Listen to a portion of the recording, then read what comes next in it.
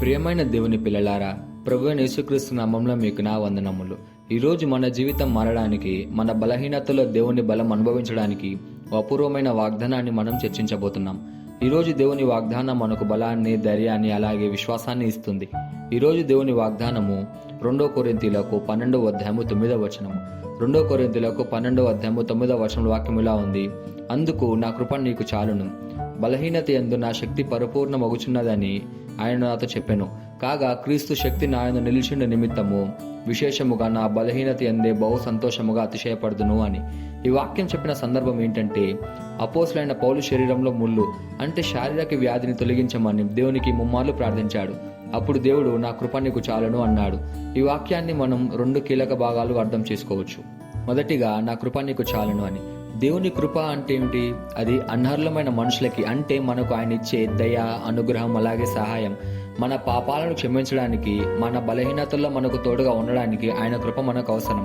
మన మానవ పరిమితుల మధ్య ఆయన అపరిమితమైన శక్తి అనుభవించడమే కృప యొక్క ఫలితం.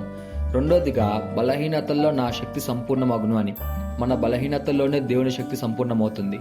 మనలో బలం లేనప్పుడు ఆయన బలం ప్రకాశిస్తుంది. దేవుడు మన బలహీనతల్లోనే గొప్ప కార్యాలు చేస్తాడు. క్రీస్తు యేసు శక్తి మన జీవితంలో మనం అనుభవించాలంటే ముందుగా మనం మన బలహీనతలను అంగీకరించాలి.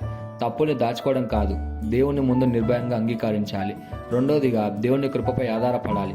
మన శక్తిలో కాకుండా ఆయన కృపపై ఆధారపడినప్పుడే విజయాన్ని పొందగలుగుతాం. మూడోదిగా, ప్రతిరోజు ప్రార్థనలో దేవుని బలాన్ని కోరాలి.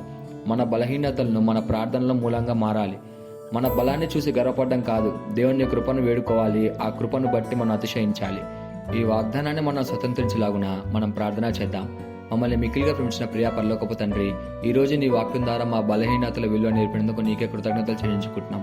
మా బలహీనతల్లో నీ శక్తి సంపూర్ణమవుతుందని తెలిసి మేము మా బలహీనతను బట్టి అతిశయిస్తున్నాం ప్రభువా. ప్రతిదినం నీ కృపపై ఆధారపడే హృదయాన్ని మాకు దయచేయము.